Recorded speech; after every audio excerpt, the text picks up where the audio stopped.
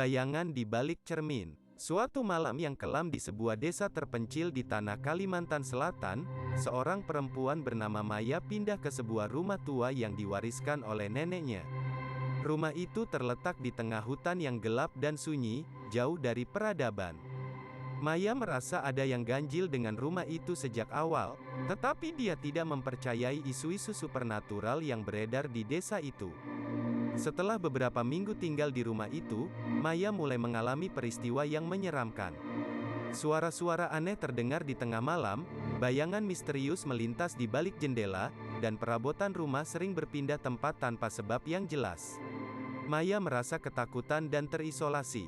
Suatu malam, saat Maya duduk sendirian di kamar tidurnya, dia melihat bayangan gelap di cermin besar yang tergantung di dinding. Bayangan itu tampak seperti seorang wanita dengan rambut panjang yang mengurai. Maya mencoba mengabaikannya, berpikir bahwa itu hanya khayalan, tetapi bayangan itu semakin nyata dan terus mengintai dari balik cermin. Keesokan harinya, Maya memutuskan untuk mencari tahu tentang sejarah rumah itu. Dia mengunjungi penduduk setempat yang tua dan bijaksana.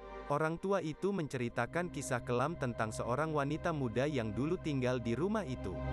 Wanita itu dihukum mati karena dituduh sebagai penyihir.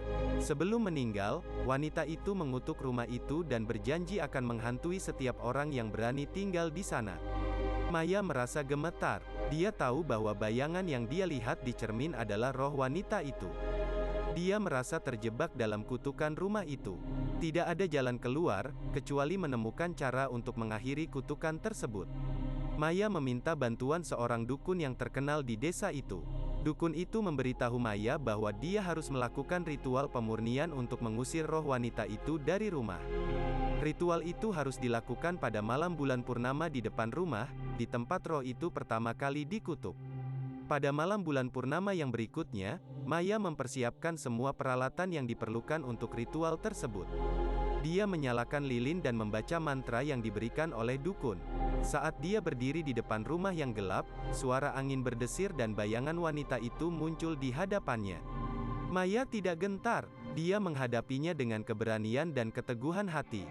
Dia terus membaca mantra sambil menyebarkan air suci ke seluruh penjuru rumah. Bayangan itu mulai memudar dan akhirnya lenyap sepenuhnya. Setelah itu, rumah itu terasa lebih tenang. Maya merasa seolah beban besar telah diangkat dari pundaknya. Dia menyadari bahwa dia telah berhasil membebaskan dirinya dari kutukan yang menghantui rumah itu. Sejak saat itu, Maya tinggal dengan damai di rumah itu tanpa gangguan. Cerita tentang pengalamannya menyebar ke seluruh desa, dan orang-orang menganggapnya sebagai pahlawan yang berani menghadapi roh jahat dan mengusirnya dari rumah yang terkutuk. Namun, Maya tahu bahwa bayangan itu mungkin saja kembali suatu hari nanti. Dia tetap berhati-hati dan selalu siap jika kutukan itu kembali mengintai. Bersambung ke part 2.